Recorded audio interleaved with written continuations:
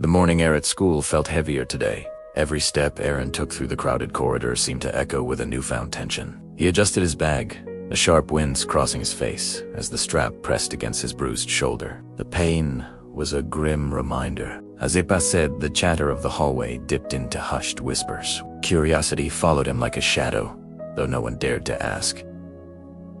Inside the classroom, the routine was broken. A new presence arrived. Mira stepped into the room, her gaze calm and unervingly observant. Her eyes scanned the room with a precision that felt clinical. For a brief, lingering second, her eyes locked on to Eran's, seeing right through him. She took a seat by the window, the bright sky framing her silhouette. She seemed less like a student and more like a strategist. Later, on the rooftop, the air was thin and cold. Bohum paced back and forth, his annoyance radiating in every sharp movement. Hannah leaned against the railing, her eyes fixed on the city below. She spoke the word that changed everything. Organized. The chaos they had been fighting wasn't random anymore. It was a network. A shadow hierarchy that Eran was only beginning to perceive.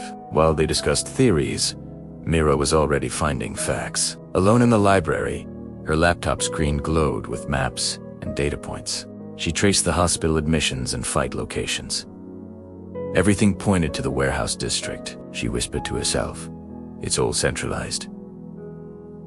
In the hallway, Eran's mind was elsewhere. He collided with Ishaan, books scattering toward the floor in a chaotic tumble. Ishaan caught them with impossible grace. He didn't look angry, just observant. You hesitate before contact, he noted, his voice chillingly level.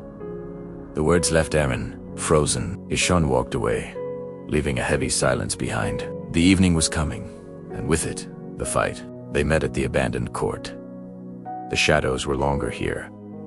A new group waited for them, disciplined and silent. The unknown calm guy stepped forward. His voice carried the weight of authority. You're trespassing in controlled territory, he warned. The brawl was messy and grounded. Hannah and Bohem fought with everything they had, but these opponents moved with a terrifying coordination.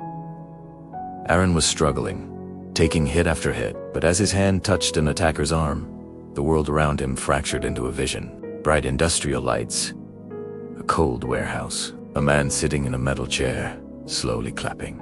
He couldn't see the face, only the presence.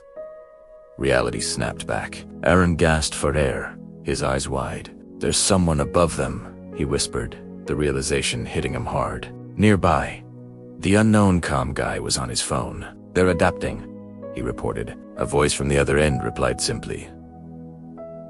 Then escalate.